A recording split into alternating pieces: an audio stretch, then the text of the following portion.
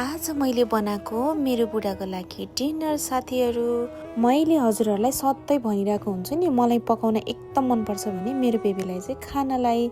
So मैले मिठो गरी पकाइदिएपछि उहाँले पनि एकदम मिठो मानेर खानुहुन्छ, त्यो चाहिँ एकदम खुसी लाग्छ मलाई। सो आज चाहिँ मेरो डे अफ थियो साथीहरू, त्यही भएर मैले चाहिँ एकदम मिठो थकाली खाना रेडी गरेँ उहाँको लागि।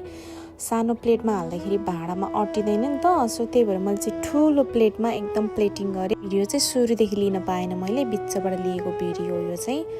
मैले चाहिँ के बनाएँ भन्दाखेरि, अब उहाँ चाहिँ मासु लभर हो नि त, हजुरहरू सबैजनाले त चिन्नु नै हुन्छ, थाहा नै छ होइन। सो उहाँलाई अरू केही पनि चाहिँदैन के, मासुको भेराइटी चाहिँ भयो पुग्यो बस। आज चाहिँ मैले दाल पकाएँ, अनि त्यस पछाडि गुन्द्रुकको लोकल अचार, लस पिसेको मुरको छोप हालेर, अनि त्यस पछाडि आफ्नै बारीमा फलेको आलुको भुजिया, त्यस पछाडि चिकन ग्रेभी, अनि त्यस पछाडि पोर्क अनि साग।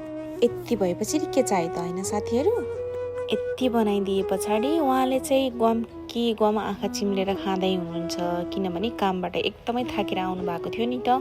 कामबाट आउने बित्तिकै अरू केही पनि चाहिँदैन, माम नै खोज्नुहुन्छ, त्यही भएर मलाई पनि माम नै बनाउन मन लाग्छ। हामीले चाहिँ खाने भनेको डेली माम नै हो के।